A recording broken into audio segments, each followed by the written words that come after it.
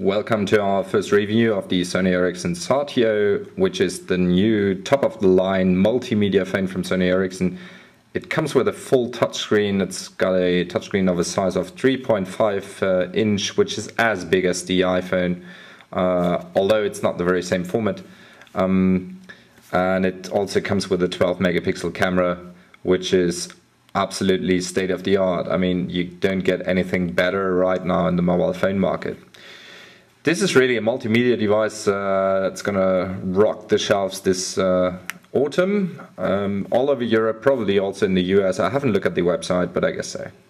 So let's have a look at it. Let's look at the outside first. Here we got a manual key lock, which is very, very handy because very often people are too confused. On the other hand, I mean, where to put a key lock on a touchscreen phone. Usually you activate that with any buttons, but there aren't that many. Here you got the regular Sony Ericsson plug, and what's maybe new to some of you guys is that it uses a micro SD card, and it has a micro SD card slot. This is very, very handy. Sony Ericsson shifted from the memory stick Pro Duo, and what all the other standards they used, to these little standardized memory cards. I love that because you get them like more or less everywhere. It uses up to 16 gigabytes, should support 32. I haven't tried it out actually yet. You may attach also the phone to your neck but with a strap. Don't know if it makes sense because it weighs like 130 grams, so it's a little heavier than other phones. On the other side we got the camera button, we got the mode shift, so you can switch between the camera and the video mode. And actually this makes sense because, I should get it a little closer. This makes sense because it takes VGA quality videos, something you really had to wait for at Sony Ericsson. And here you got quick access to your music, so there's no need to take it out of your pocket. All you need to do is press the button and there you go. Here we got a multifunctional buttons, of course to increase and decrease the volume. On the other hand, you can also zoom in and out when it comes to pictures. It says Wi-Fi and GPS, and yeah, it does of course have Wi-Fi and GPS. On the top we got the button to press to switch on the phone, which I'm going to do now because it takes a while to get it up and running. You can see the little red light, but there's not very much else happening. And on the back we got the 12 megapixel camera, which is opened and closed easily. Actually the whole manufacturing is pretty good. Looks very stable, reliable, and it doesn't look like it's going to be scratched or something after a while. So very nice housing. Well done, Sony Ericsson. The device boots up and let's wait for what happens. Actually, you're getting used to this probably because many devices take quite a long time. My former Symbian devices took up to a minute to boot. I would say a minute. I never counted that, but it took quite a while.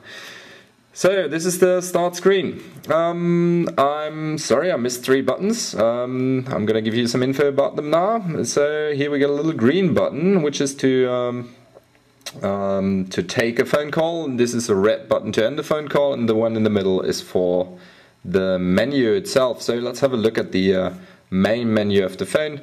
You can see it's pretty quick actually. When pressing a button it just takes like a sec and there you go. So what we got here is Play Now, which is the software music download function from Sony Ericsson. Of course, internet access. We got entertainment, we got a camera built-in that I'm going to show you later, messaging, the media menu. It's the same media menu that you may already know. Some location services, actually it's only Google Maps, so not very much news. You can add some contacts, you may use the calendar, and it has of course, as you can see, an automatic key lock that just switched on. So you may have a look at the phone log. I didn't do any phone calls yet, so can't really tell you. There's an organizer function, settings, and some R&D tools. This is due to the fact you won't have that on the final phone, but this is due to the fact that this is still a prototype. This is the main menu. What else we got here? We got the quick access. This is the little green button that we got in the upper right corner. It gives you quick access to like profiles, so you can quickly switch the modes. This is also something you may do by hitting the top button quickly.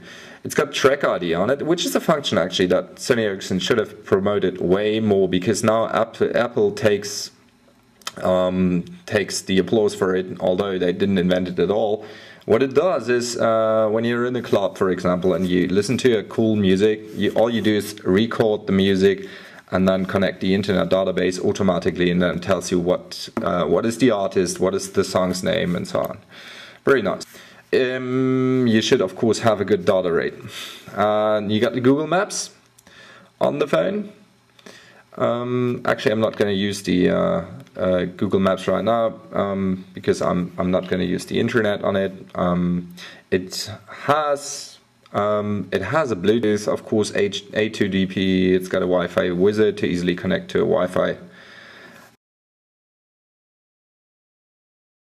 So something else I'd like to show you is the camera function. Of course, a phone that has a 12 megapixel should be pretty good working, and all you need to do to operate the camera is open the back, and there you go. So here we go. This is what the camera looks like.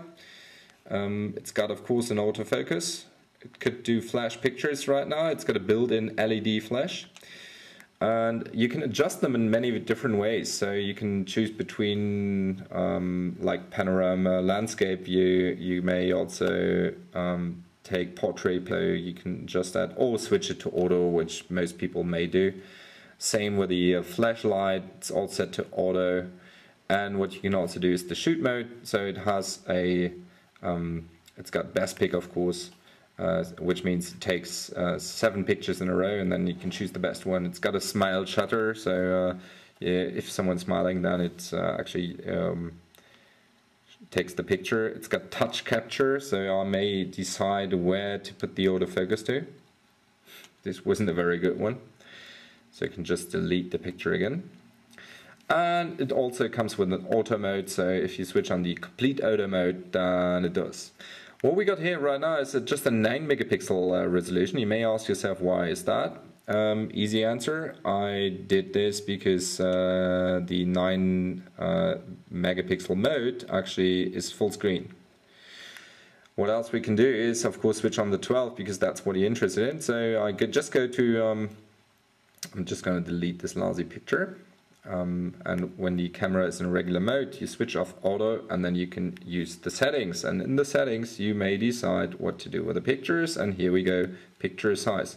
So it's got 2, 5, 9, 10 and 12 megapixel, and these 12 megapixel, you may now see why I use that one. 12 megapixel reduces because it comes in the format 4:3, and not everyone likes that. I like full screen, so that's why I went for 9 megapixel, which should be sufficient and still better than any 5 megapixel camera. Okay, so much about the camera. Actually, I forgot the other function. It's not only camera, it's also got the video camera, which I'm going to activate now. So here we go. I could take an hour of video in VGA quality. Pretty nice. I can use the microphone, I'll switch it off. There's a night mode to operate the video. I can switch on the light, which is nice to have a video at night. And again, I can use the auto mode. You may reduce the picture quality, but I mean, VGA is like, should be the lowest possible standard. So I think it's sufficient. It takes videos with 30 megapixel, 30 frames per second, so kind of decent video quality. So much about the camera.